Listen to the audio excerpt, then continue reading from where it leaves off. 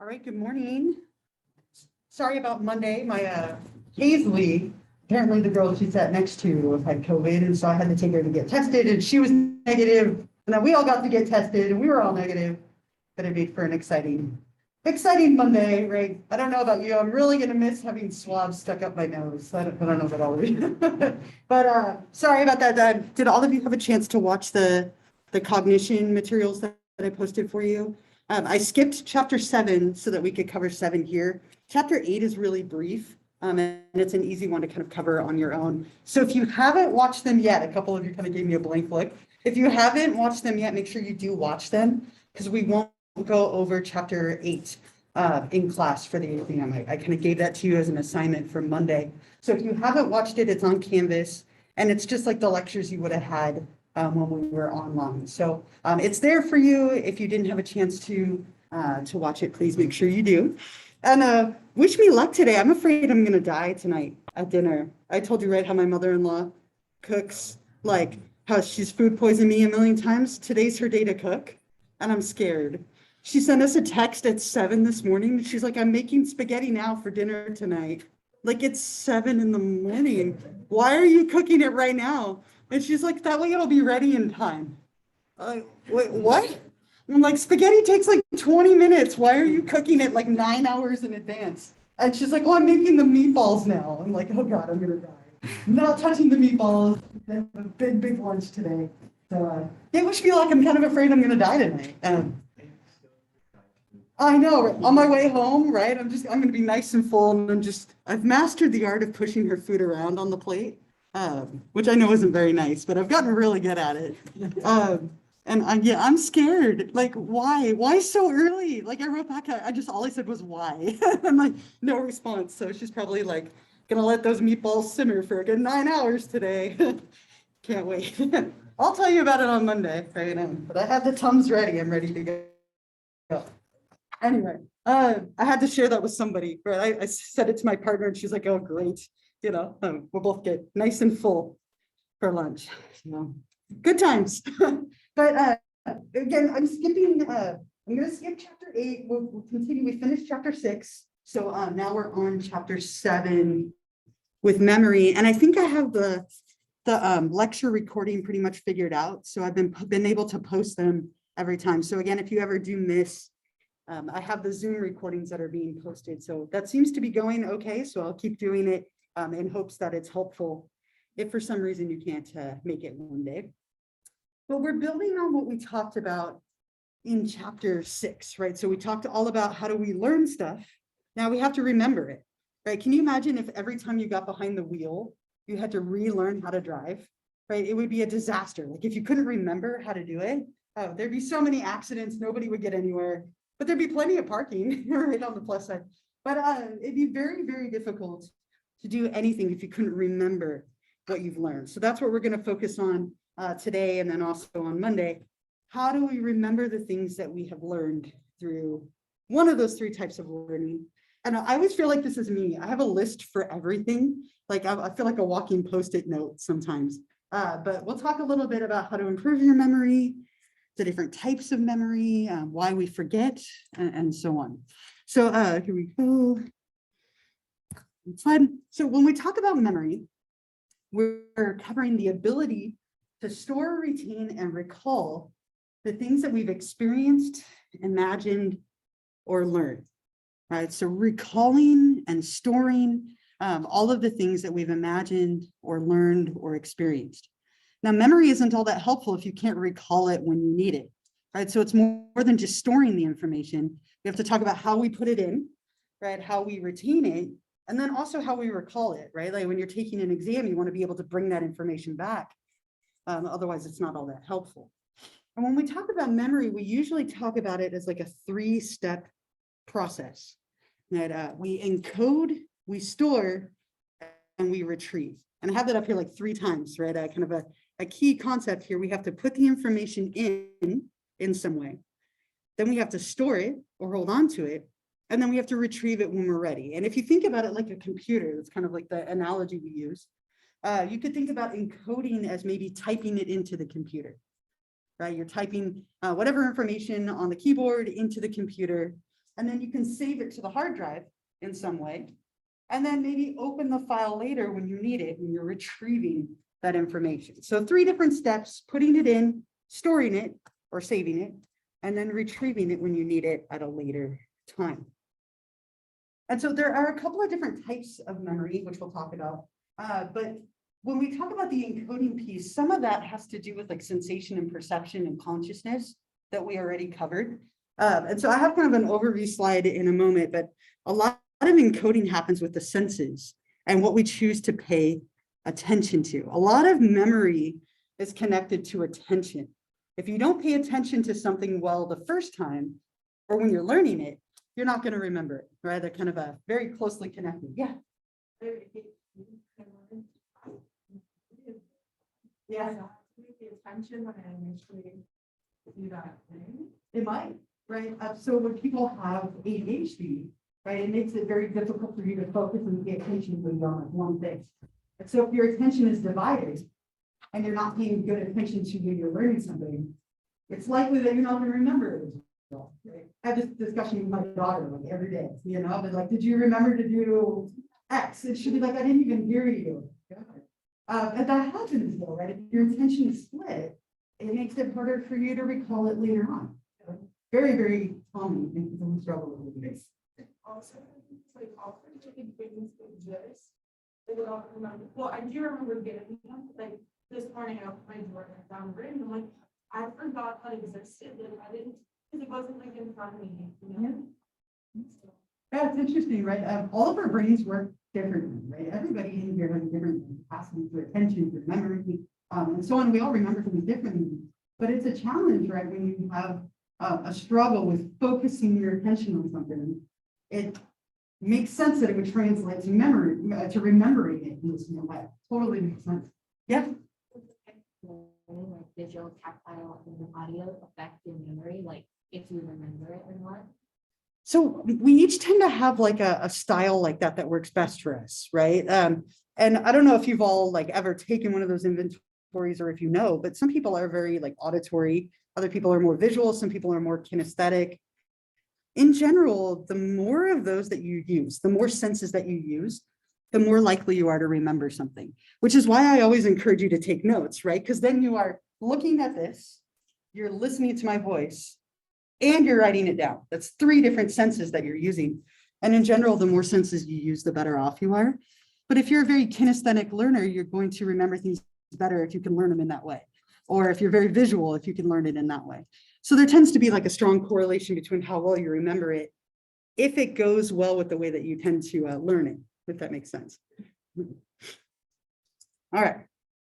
So this is just kind of an overview, but we talked a little bit about the senses, right? Back in sensation and perception. There's all this information around us, right? At any moment, like right now, just in this moment, there's the sound of the projector and like the fan in the room.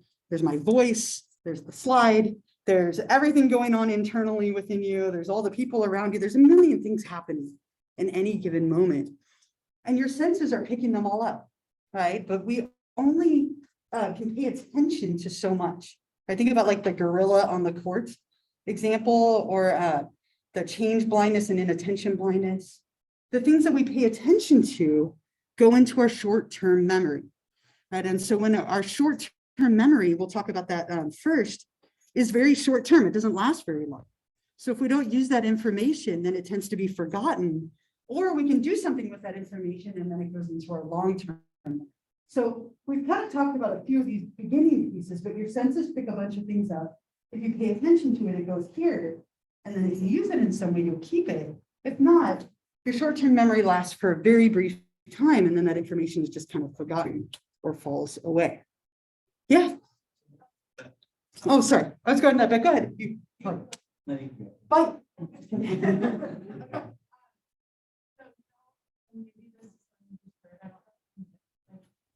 if you have something like let's say you put in like you have one listens for studying material, why even like that's better. No, it's a nice thought, Yeah. right? Like, I think that'd be amazing if that was, like, if you put your flashcards in your pillow, sometimes it's like so big. But the hard thing with that is when you're asleep, you're not consciously attending to anything. So there is no subconscious. No, but that's subliminal, like processing is such a myth. But the one thing there is some truth to, if you study just before you go to bed, right? And that's like the last thing you do. And then maybe you study again when you wake up. That tends to like strengthen it really well, but you have to still be awake and like conscious, you know, I'm sure you've all had that moment where you're trying to study before bed and you're like falling asleep and you realize like, I haven't actually been studying or been reading for a while. You have to be awake enough to be like consciously processing it, but sadly it doesn't seep in as much as we would all love it to, it doesn't. Did you have a thought too? So, how would you know which sense would be the best for you for remembering? There's a bunch of like free inventories. I have some of them saved. So I will try and remember, or you could send me an email and I'd be happy to send it to you. But if you generally by now, like people tend to have kind of an idea of what works best for them, but there's a bunch of these little free inventories you can take that test that. And I have a few. So if you email me later, I'd be happy to send one, or if I remember, I'll post it on Canvas. But you can take like an inventory. It's just whichever one, like most of us learn through a combination of them. But like for me, if I hear something, but don't see it, I'm not going to remember it. Like I have to see it and hear it in order to be able to remember it. And I'm best if I write it down and do it like physically myself. And so it's just that kind of stuff of like what tends to work for you. But I have one. So try and remind me or email me and I'll send it to you so you can take it. So let's start with short-term memory. Right. Short-term memory, just like it says, is short-term. It doesn't last very long at all. In fact, it only lasts about like 15 to 30 seconds. And sometimes that's kind of a generous, like a generous amount that we're proposing. It can be much less than that. It's kind of depressing if you think about it, but the things I said about a minute ago are completely gone from your memory, unless you were paying attention to them or like wrote them down in some way. But our short-term memory, sometimes called our working memory, is constantly working, hence the name, right? It's churning through information all the time. It stores and processes things coming from the senses, and it can only hold so much, right? It can only hold a certain amount of time and a certain amount of information. There's a very, very limited capacity. Like I said, 15 to 30 seconds. Another way we talk about this is we say 7 plus or minus 2 pieces of information.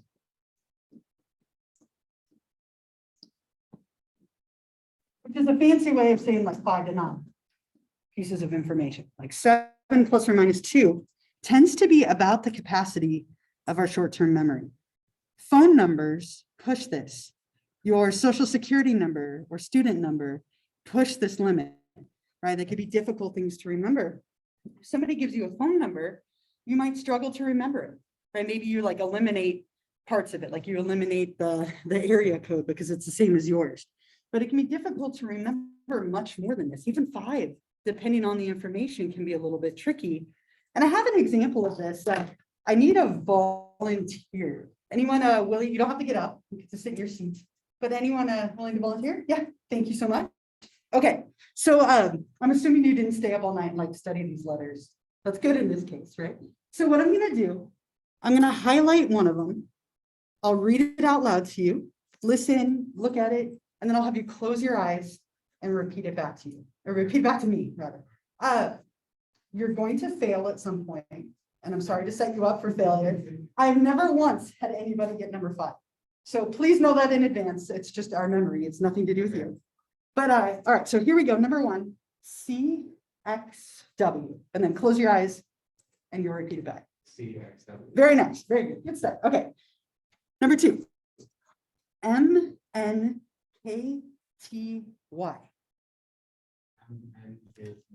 Very nice. Okay, so that's 5. Now they're going to get harder.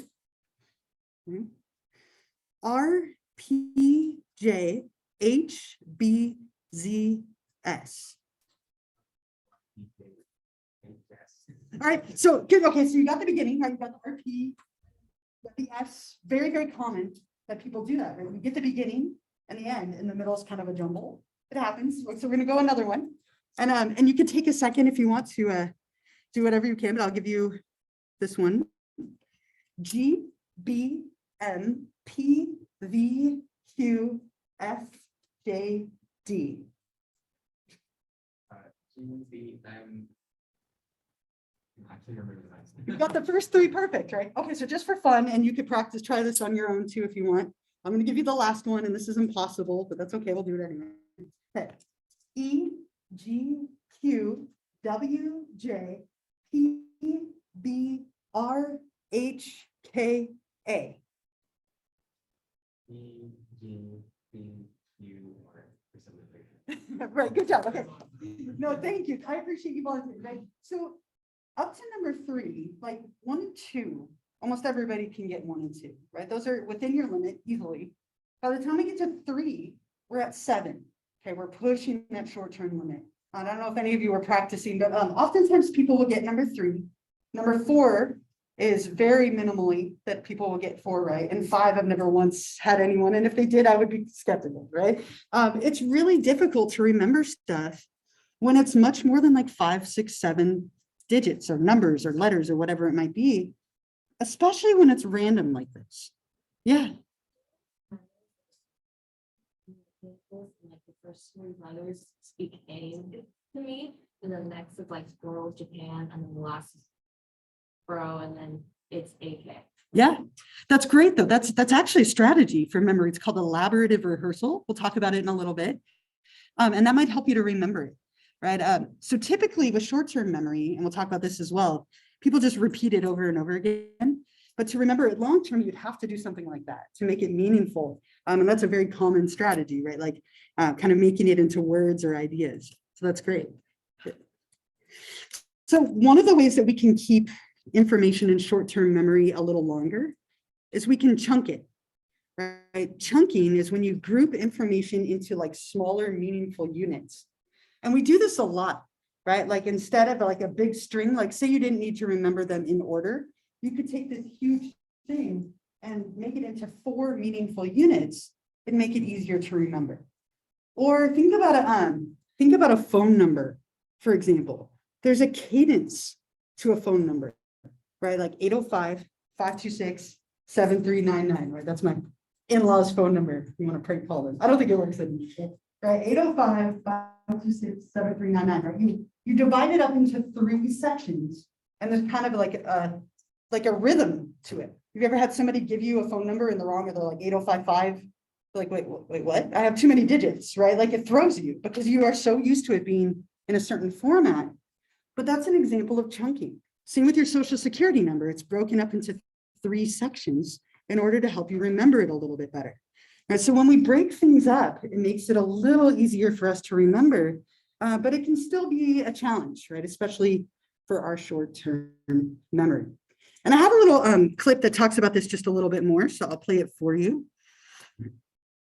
Pause this. I'm so bad at remembering them because my attention is divided. I'm actually pretty good at remembering phone numbers, but I'm not so great at remembering names. Like everybody tends to have different things that they remember well. Like names is not my strength, but I remember faces, right? So like I'll see you and I'll remember you, but I won't know from where. And that happens to me all the time. But numbers, for some reason, I'm really good at remembering random numbers. Like I can remember my credit card numbers, like all of them without a problem. But chunking helps us quite a bit with doing that. Like if you break things up, or like I said, like a phone number, any of those things with that cadence helps you to remember things in the short term. The other way we remember things short term, and I imagine some of you did this, whether it was with my list or the lists in the clip, is called rote rehearsal. You repeat it over and over and over again. And I heard some of you doing this in the video, right? You're repeating it either in your head or out loud, almost like you're trying to burn it into your memory. Like if somebody gave you a phone number or an address and you needed to remember it, you might repeat it over and over and over and hope you don't get it jumbled up in some way. But that's a very common way to hold information for a little bit longer. Now, it doesn't tend to be the best way to hold on to things long-term, but it might be enough to hold on to it until you can write it down or until you have a way of using it or don't need it anymore. So with short-term memory, chunking and rote rehearsal are very common ways that we encode or put that information in to help us store it or remember it just a little bit longer. And again, it doesn't tend to last a long time, like 15 to 30 seconds. 5 to 9 or so pieces of information, but we can definitely push that a little bit using chunking and rote rehearsal. Any other questions or thoughts or anything before I keep going? All right. I have a list of words that I'm going to read to you. And I just want you to listen to them. Pay attention. Don't write them down. But I'm going to read you a list of 16 words. Okay. And then I'm going to have you see if you can remember some of them. But don't write them down. Just listen. And then we'll see how you do. Okay, ready? So I'm going to read them to you. And just pay attention and listen to me. Okay. Bed, rest, awake, tired, dream, snooze, blanket, pillow, nap, yawn, drowsy, wake, doze, slumber, sheets, and snore. Now, either on a scratch piece of paper or in your notes or like wherever, I want you to write down as many or type up as many of those as you can remember. Okay, there were 16 of them, as many of them as you can remember.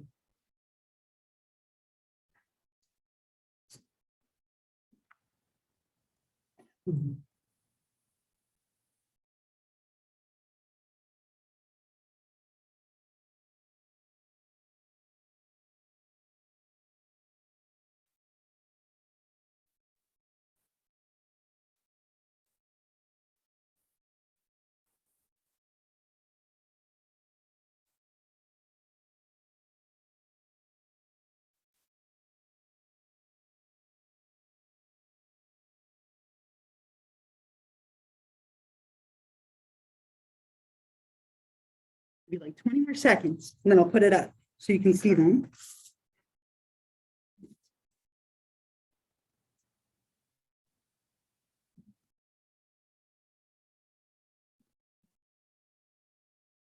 All right.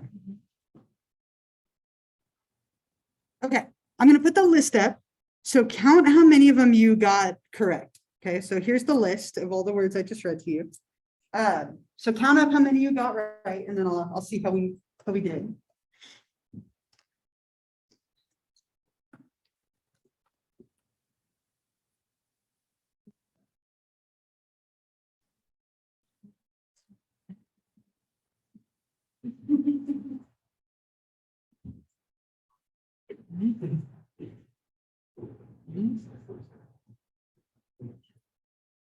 So before I see how many you got right, by show of hands, how many of you wrote down the word sleep? Right. Okay, notice that a lot of you did, but it wasn't one of the words. Sneaky, it was the theme of the words, but not the actual word, right? We'll talk about source error, probably next class. But very, very common that we do stuff like that. We remember something that wasn't actually there, especially if it was inferred like it was here. But let's see, how many of you got at least 6 of them? Right, by show of hands. Okay, keep your hand up if it still applies. 7 or more? 8 or more? We lost a lot of people now. 9 or more? How many did you get? 9. 9? 9? 9? 9. 9. Ooh, 9 was our number. Anybody more than 9? Okay, so 9 words. I'm gonna write that down. 9 words, just so I can remember, because I won't remember. 9 words. All right. So you can think about it, this list. We have another one we'll do in a minute. But just for fun, right? Again, 9. 7 to 9 pieces of information. You remembered, a couple of you remembered 9. A lot of you fell off at 7. Right. So it's just a very common thing that happens with our memory. And some people have better memories than others, but 9 is pretty typical. Right? Long-term memory. So we have short-term memory that's very short, lasting, always working, 15 to 30 seconds worth of information. Long-term memory is more or less permanent. It's everything that we know, right? It's all the information that kind of stays in our mind for long periods of time. We might not always consciously remember it, but it tends to be there. And sometimes things can help you to trigger it a little bit more. But we all have a long-term memory. Things that we put into long-term memory tend to last a lot better than the things that just stay in short-term memory. And there are some techniques for increasing this, which we'll talk about as well. But there are 4 types of long-term memory. And it's pretty common that people are better at one than the others, right? Or maybe you're better at a couple of them. But the first one is episodic memory. I always remember this as like the episodes of your life. Like it sounds like a soap opera, right? But the episodes that you have, episodic has to do with like your daily events. It's kind of like a diary.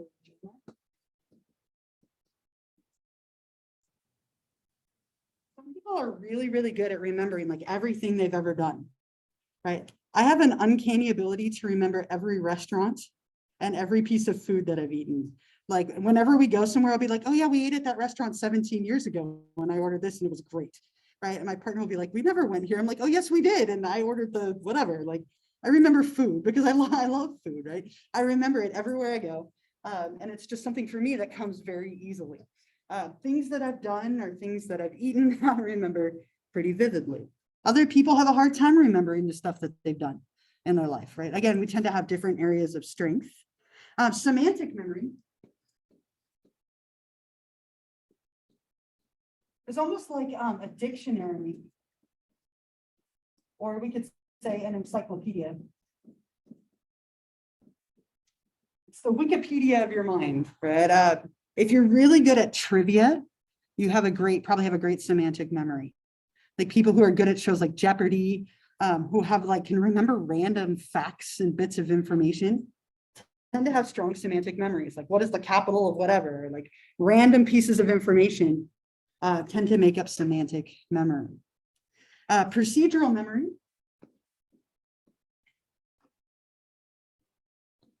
It's like a muscle memory.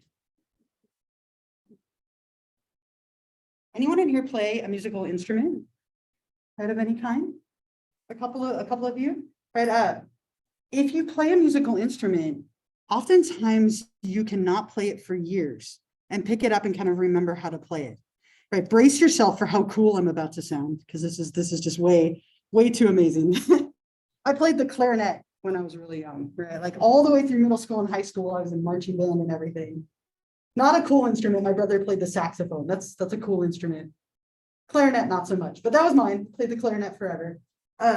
It was like 6 years ago. We were helping our parents move, and in the basement we found our musical instruments. Like we found our old clarinet and old saxophone, and my brother and I were like, ooh, let's have fun with this. Like still dorks, like, and we both pulled out the instruments and like we had not skipped a beat. We like played all these songs together. It had been like 15 years since I played that clarinet. My partner was looking at me like, this is so not cool. You guys are so awful right now. We didn't play it well, but we could remember it. Like I remembered where to put my hands and how to like play it. We oftentimes form like a muscle memory. That if you have performed something over and over and over again, you tend to remember how to do it. Yeah. Like dancing, you have muscle memory because when you Yeah. that song, Yep. you're like you immediately just start doing that movement. Yeah. Yeah. If you've practiced it enough, right? It's almost like it's burned in there and your muscles remember what to do. Yeah. And that's exactly what procedural memory is, right? Like if you've performed a task, whether it's music or something physical, whatever it might be, your body remembers how to do it. And oftentimes for a very long time. Yeah. You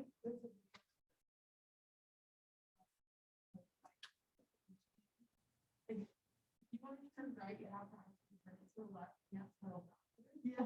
something you have to try to practice it. Yeah. But once they got it, they can switch to not Mhm. and Yeah. Our brains are incredibly adaptive. Right? It takes a bit, like you said, because you've learned it one way for so long, but you can relearn it. That made me think for whatever reason, no. Like we love to go camping, and we have a little tent trailer that we tow. And when you're towing a trailer, when you back up, you have to like change the way you back up. Right. So if I want to go one way, it's opposite when you're backing up a trailer. And I mess it up every time because I'm just so used to doing it one way. But I like after a trip, I'm like, oh, I've got it. And then 6 months go by and I have to relearn it again. So yeah, you can definitely relearn different ways to do it. But we tend to have that kind of hardwired in there, especially if you've done it repeatedly. The last one, emotional memories, is exactly like it sounds. It's all of your like emotional responses to things.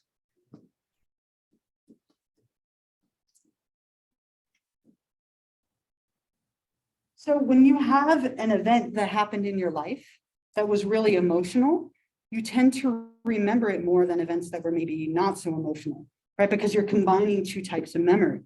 Let's say that you have something that happened in your life and you can connect it to a random fact or piece of information. You might remember that random fact better because you've connected it, almost like you were talking about a little bit. Yeah.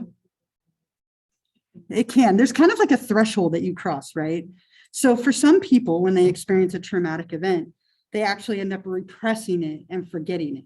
So I would say there's almost like a point where that maybe stops. But like if it's a really positive emotional memory, probably going to remember it more than, you know, like what you had for breakfast today, unless that was something really like amazing and you remember it, right? But yeah, there is a point where people experience something so emotionally difficult that they might block it out or repress it or hide it or push it down. Yeah. Isn't that like all the time what happens with trauma? Yeah. Oh, for sure. Right. When people have PTSD, which we'll talk about later in the semester, you know, sometimes they can completely block out something that happened to them that was traumatic.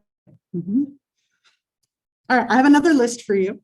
This one's harder, but in my experience, people are more motivated, right? Like I just saw like 3 of you sit up, like you're ready. So I'm going to read you another list of 16 words, but this one, they don't have a theme. They're random, which I think makes it a little harder. But again, people are typically more motivated the second time. So 16 words, here we go. I'll read them to you, and then when we're done, I'll see how many of them you can remember. All right, here we go. 8, hand, belt, smile, queen, iron, monk, sing, feet, star, train, brown, teacher, umbrella, dinner, and circus. And so go ahead and write down as many of them as you can remember.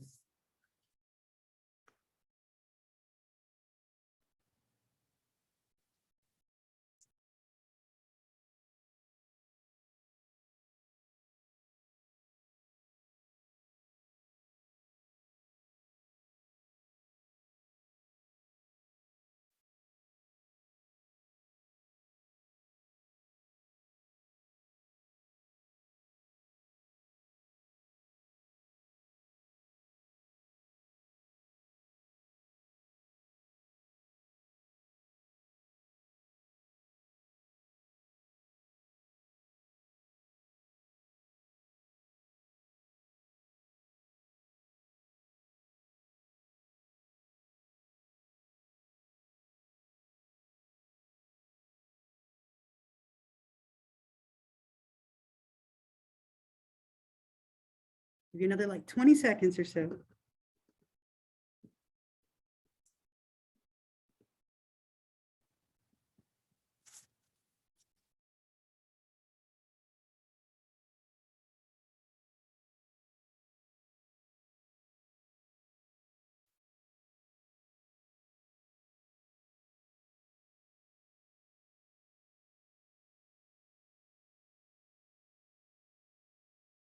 All right. Have everything you can remember? Okay, so here's the list. And if you got the wrong 8, like if you're at 8 ATE, don't give yourself credit, that's totally fine. But count up how many of them you got correct.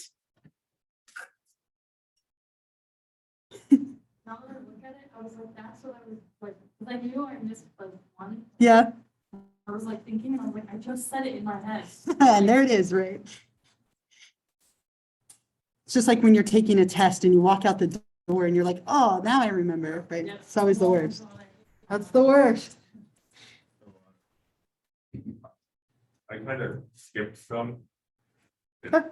It still count. Yeah, if you got any ones that you got right, give yourself credit, right? Even if they're out of order, that doesn't matter at all. If it's up there and you wrote it down, you get credit. All right, let's see how we did. So no theme. So there's no theme to unite these, which I think makes it harder. But again, just in your, like, how quickly some of you wrote it down, I think there was a little shift in motivation, but how many of you got 6 or more? Right, by show of hands. 7 or more? 8 or more? Look how many people got 8 or more. That's a few more than last time. 9 or more? 10. Oh, we lost a few. How many did you get? 10? 10? Anyone get more than 9? So we went up one. We got 10. A lot of people got 9, which was last time. A lot of people fell off at 7. Again, totally random, but 2 of you got 10 of them correct, right? And so motivation actually plays a really big part in memory.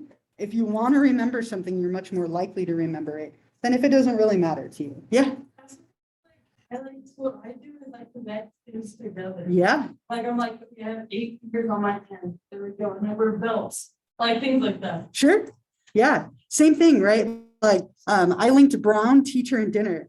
Like your teacher's favorite color is brown and I love dinner, right? Like my favorite color is brown, right? So, yeah, like when you link things together like that, it tends to help. That's a very, very common technique. It's called elaborative rehearsal, just like we were talking about earlier. So you're doing it, and we all tend to do that, right? We can use, in order to keep stuff in long-term memory, we can use rote rehearsal, right? Just like short-term memory, like we can repeat it over and over and over again. But that doesn't tend to be the best. I mean, it's good for some things, like your, like I said, your student number, your social security number, maybe your license plate number, or driver's license number, that kind of stuff. Really, the only way to remember that is to just keep using it, right? Or repeat it over and over. But elaborative rehearsal is so much more successful, right? If you can make a story out of it, or connect it to something you already know, or link things together, or find meaning in it in some way, you are going to remember it longer than if it's just random, right? So whenever we can give something meaning and link it to something that's already familiar to us, we're gonna remember it, right? I do this a lot with names and people. Be like, oh, you look like somebody I know who has the same name, and like I'll try and put that together, or like an address, like whatever it might be. Sometimes it's confusing, right? But sometimes it's helpful at the same time. No, super common, right? Like it's one way to remember stuff. Or you use things like mnemonic devices, right? Like you have to remember the Great Lakes, and so you think of like the acronym of HOMES, right? And those letters help you to trigger what's coming next, right? My kids, my 4th grader was learning the order of operations the other day in school. And she's all like, I can't remember, like, which one do I do next? And I'm like, it's PEMDAS. She's like, wait, it's what? Like, she's like, that's not a word. I'm like, oh, it's like the, you have to remember the order, like the parentheses and the exponents, like, she's like, what's an exponent? I'm like, okay, I'm too far ahead of you here. But she's getting to the point where I can't help her with math anymore. 4th grade math is apparently almost my tipping point. So don't judge me. But yeah, I'm getting close. I'm like, why are there so many letters in there? Let's not do this. But little mnemonics like that can be so helpful, right? Every good boy does fine, remembering the notes on the staff, right? Or remembering the planets or the Great Lakes or whatever it might be. If you can use little mnemonic devices or acronyms, sometimes it can help us to hold on to a little bit more information. You're making it meaningful and linking it to something you already know or already have in your memory. Very similar to that schema or schemata, we oftentimes have sets of beliefs or expectations about something based on past experience. So whenever you're trying to decide how something is going to go now, maybe you link it to an expectation or a past thought or belief that you had about it. And that meaningful connection of something familiar helps it to be more memorable for you, or maybe make sense of it in a different way. Another really interesting thing is the spacing effect. This tends to be so helpful for studying. Be honest with me. I won't think less of you in any way. How many of you are like last minute crammers with me? Just by show of hands. Does that work well for you? Like in general, you're shaking your head no. Anybody? Like sometimes, so? Like somebody who you study at the last minute, like the night before, or morning of, or hopefully not the morning of, the night before. Very, very common. Okay, I've crammed for tests as well. When you tend to cram for an exam, you have this phenomenon that happens where after the test is done, it's almost like that information is gone forever, right? Like you almost like dumped it out, it's gone, you'll never remember it again. And that's okay, But ideally, you want to remember this stuff long-term, especially if it's something that's going to be helpful, like for your major or whatever. We tend to remember things way better for long-term use if we space it out. Now, cramming isn't a problem, but if you could combine the two, you probably are going to do even better. So spacing effect means that when we study a little bit at a time or work on things a little bit at a time spread out, we tend to do way better at remembering it long-term than when we try to cram it all in at the end. Yeah. What, how do you mean? Like, Math is just hard. Right, but yeah. Yeah.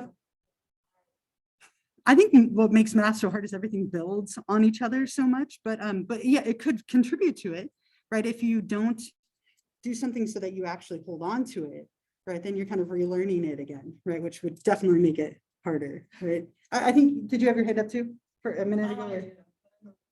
Oh, no, I was just gonna say, like, usually, like, my family was the person that's like, oh, like, study the night before, Yeah. remember the next day, because it's like right after you Sure. study, right? Mhm. Wake up and go to school and do it. I would do that, and then I'd get there and I'd be like, I don't even know what I'm looking at right now. Like, Yeah. And then you have the anxiety of a test, Yep. right? And your brain isn't like, yeah. Right, which is why I'm letting you all continue to take your tests online, because I just think it lowers your anxiety. And of all the years to do that, like this is definitely the one to do it. But if you space things out, it tends to be so much more successful. And I know that isn't easy because it takes more effort. But if you like had flashcards, for example, and you study a few of them a day, like 5 minutes, a couple times a day, spread out, you're going to remember it better and longer. One other little thing that's interesting with this, there's something, and I don't think I have it in the slides. It's called the serial position effect. We tend to remember the beginning and end, just like when we were doing the letters, right? You remember the beginning really well, and the middle gets jumbled up. And have you ever had a moment where you're reading a chapter or you're reading a book and you realize that like you've just completely checked out of paying attention to it? Like, oh, I've read 4 pages and I was thinking about dinner. Like, you know, like it happens. We tend to remember the beginning and the end, and the middle, we're fatigued and it falls away. So if you have flashcards, always shake up the order of the cards. If you study them in the same order every time, you're going to remember the beginning and the end, and the middle will always be a blur. So change up the order so there's a new beginning and end every time. Yeah. Wanda, I've heard that if you like choose what is going to be done or eat something, the next time you like, if I'm sitting here chewing gum and then I take your test, Yeah. and I'm chewing that same gum, I'll be like, I don't know, I'm not allowed to remember it. Yeah. And the other thing That's called a state dependent or context dependent memory. We'll talk about that a little bit. There's some truth. I used to be really afraid of public speaking. And I would like have the whole speech memorized and ready to go, but when I get to the front of the class, like, not only would I be like sweating profusely and like, can't breathe, but I would forget everything. Yeah. Like, my brain was white, that information. I don't know why. Anxiety does that to us, right? When you're anxious, you're in a state of fight or flight. Your body is just releasing massive amounts of norepinephrine. You're anxious, you're nervous, you're so focused on that feeling that you can't think of much else. And that happens to everyone, which is why exams can be so tough. You have to manage the anxiety to be able to think clearly to remember. And so that happens a lot. And so you might not think this, but like, because I'm a teacher, but I hate public speaking. Hate it. I know that sounds weird to say, like I'm standing in front of the public in a way right now, but I hate it. Like in high school, I would have rather done anything. And that speech class that you have to take as part of college, yeah, I put that off to like the absolute last minute. And then took the group one where it's a little safer. But you tend to forget. So one way to counter that is to like take some deep breaths and practice it so many times that it almost becomes like muscle memory and automatic. But yeah, it's very common. A lot of us struggle with it. Yeah. So, back to the whole from and starting thing, would that be an example of what we learned last week with the Conditioning. conditioning? It could be, right? That you're learning to associate the two, almost it's called context dependent memory, but there is a level of like conditioning, right? So if you study drinking coffee, like let's say you study drinking your favorite Starbucks drink, right? You should take the exam with that same Starbucks drink, right? And something about it might help you to trigger that memory. Like I always put the lighting like this. If we were taking an exam in person, I put the lighting like this again. You're creatures of habit. You sit in the same seats, right? How mad would you be if on exam day someone was in your chair, right? I've seen fights. I'm not joking, right? People fight, like that's my seat. I need to sit there today, right? People get very, like it's almost superstitious in a way, but if you sit in the same spot every day, you're probably going to feel better and do better on the exam if you're in the same spot.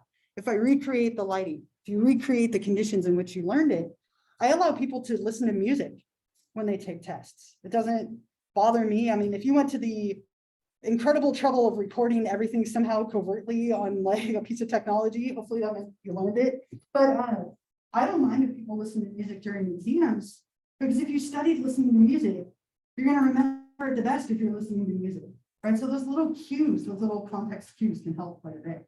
You know how you said that we were like the first day you were like, you're gonna sit in the same spot? Yeah. You know what's funny is I had my sociology class in here too. And that day, that same day I came in and I just sat right here. And I was like, I totally just did that. Yeah.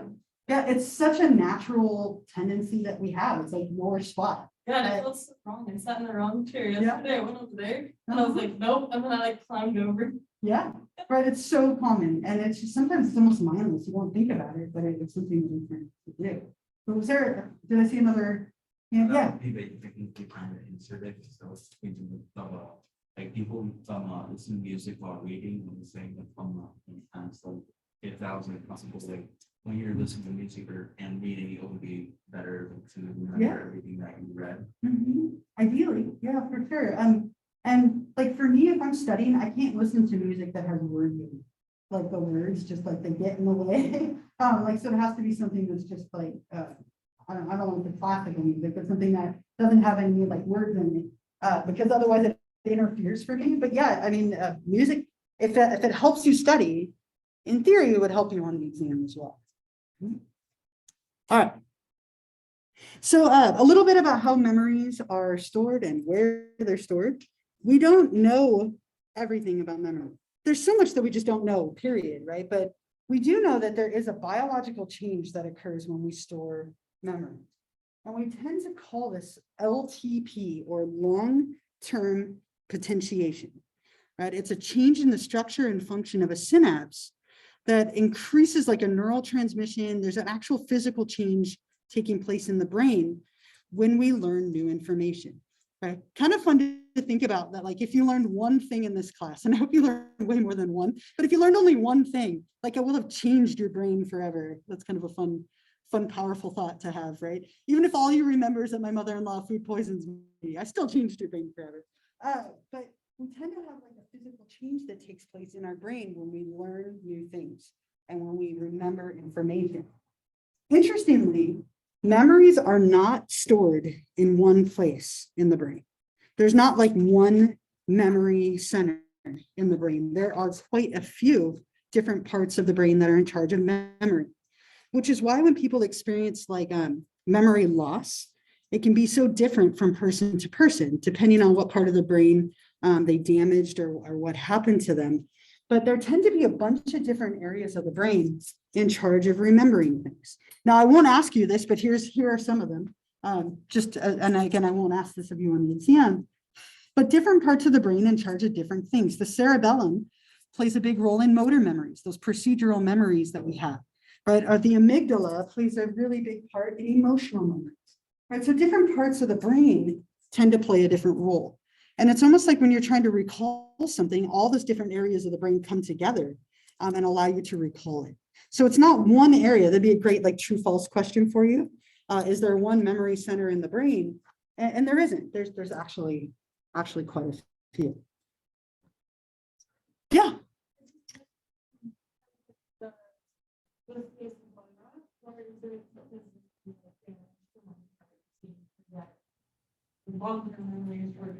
Both, right? So both of them, right? Through things like fMRI and PET scans, we can see the different parts of the brain that light up and people are remembering. But also when people have damage to a part of the brain and they all of a sudden can't remember things, that tells us so much, right? So when people have damage, they learn a lot from, but our brains are so plastic, they have neuroplasticity that they can recover, which is why the PET scans and stuff like that are also really helpful. So both, yeah. How does Alzheimer's affect the brain? Yeah. From Yeah, Alzheimer's is a really tough one, right? My dad passed away of Alzheimer's a couple of years ago. And it was such a long like thing. I'm sure several of you have known people who've had it. What it does is it builds up these things called senile plaques and neurofibrillary tangles. They're these structures that we all possess, but they build up more in people who have like different types of dementia, like Alzheimer's. And so what happens is they start to prevent the synapses and neurons from firing properly, and they progress in stages. So it starts with short-term memory first, right? So people who have it tend to first forget, like, where did I put my keys? They have that, like, can't remember a word, like tip of the tongue, or forgetting names, short-term things. And then as the thoughts build up more and more and more, it starts to affect more and more, like, farther back.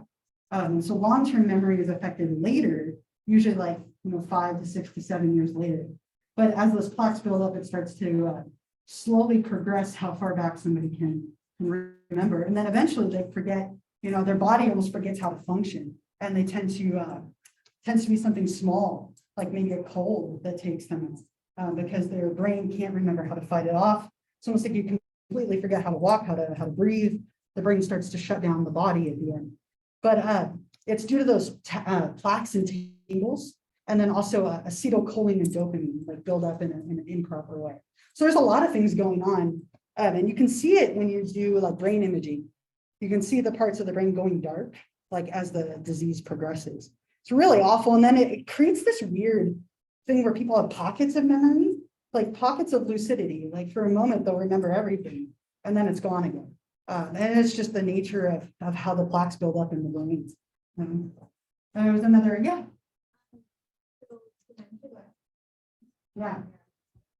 And like, I always wondered, like, if it can go down a lot. And when does it start to happen? And can it happen? Like, not right now, but Sure. when? Yeah. So dementia, like Alzheimer's is a type of dementia, right? And there are other types as well. But it doesn't tend to be genetic. Alzheimer's doesn't tend to be genetic unless it occurs before the age of 55. So if it occurs after 55, typically it's 65 or later. It's just a disease of aging. Okay, so the older you get, the more likely you are to get something like that. Like Alzheimer's or a type of dementia. My partner's grandparents are like 99, 102. Like, that's crazy. They're up there, right? And they have had, like, her grandma has had perfect memory until like the last 2 years. I mean, it's just, there's a point where the aging catches up to you, right? So the older you get, the more likely you are to develop it.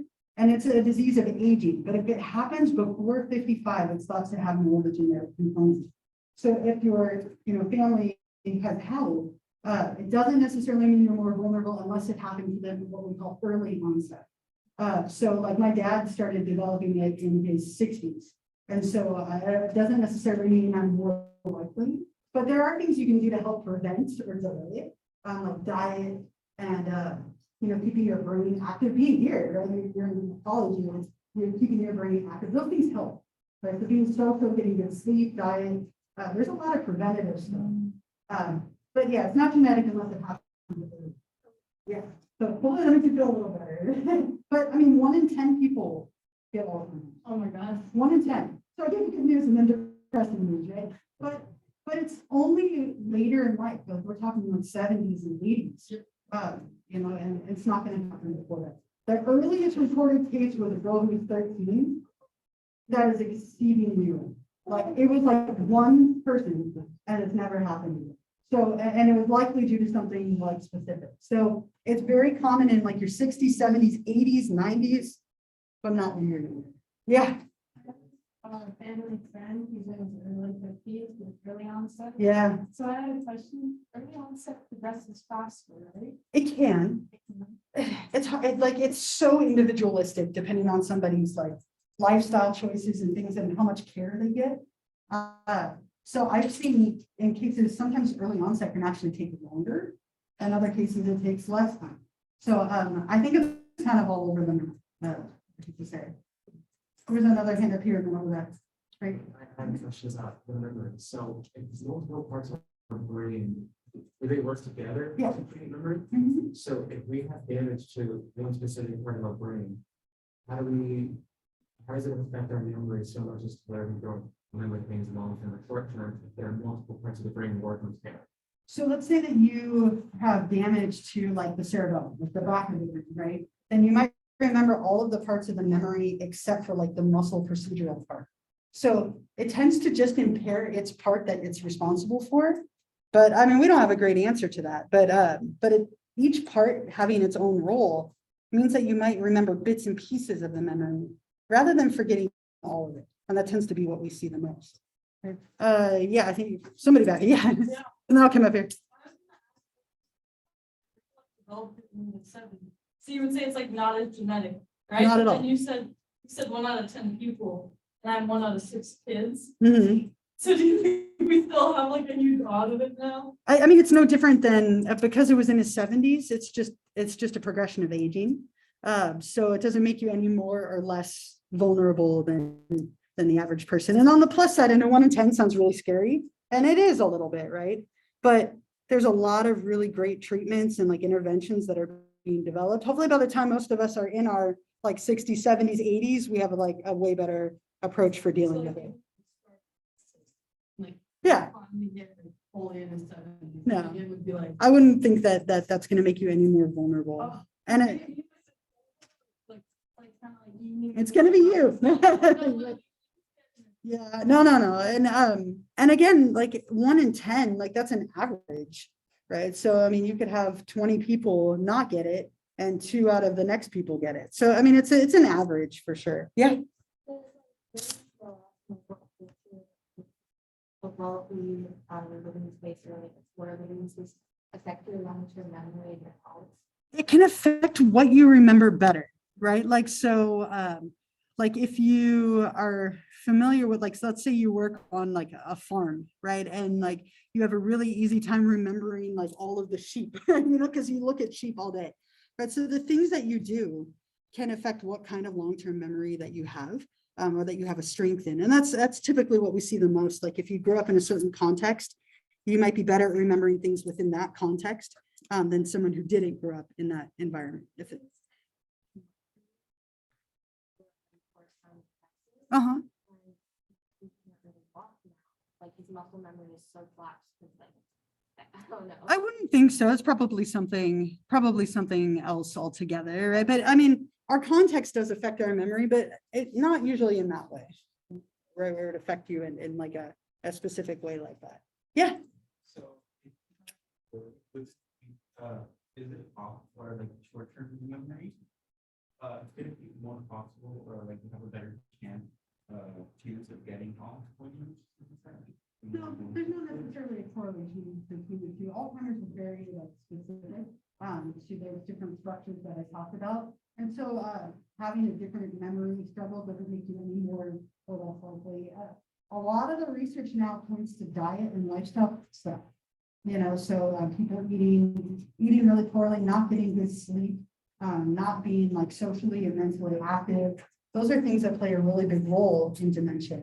And so those things tend to matter more than anything else, and only genetics if it happens early. So I'm going to give you, I'm going to stop here, but I have an assignment for you. I'm going to give you a memory challenge, if you will, for next class. Okay, so all the way on Monday, okay, I'm going to give you a 28-digit sequence of letters and numbers that I would like you to memorize. And that will be something that you will write down in class on Monday as a participation exercise. So I'm going to put it up so you can write it down or take a picture or whatever you want. And I'm going to give you a little bit of time. We can talk about it, how we might remember it. So let me go to the end here. Okay. I want you to remember this 28-digit sequence of letters and numbers in order for next class. Okay. And I know that sounds like a lot, but you can totally do it. Right. And there are all sorts of things that you can do to remember this.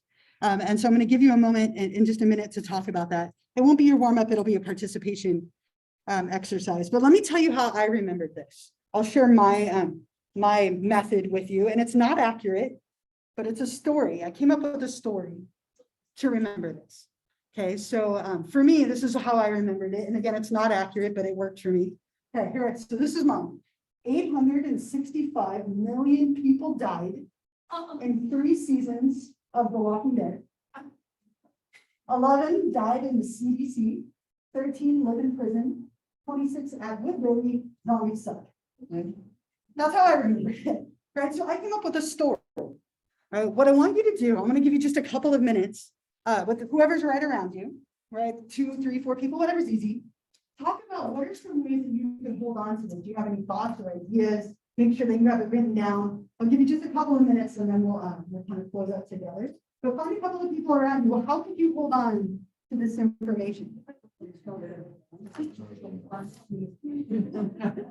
Yeah, like all. He said that I could.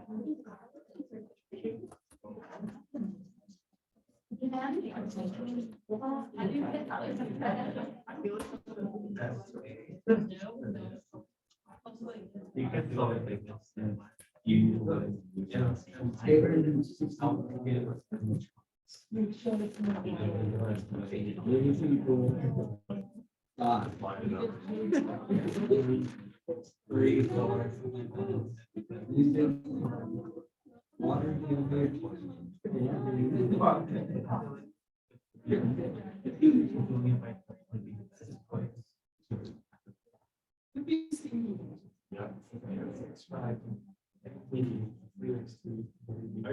That's when I see it, it's like each kind of like. You can see where you're. It's like,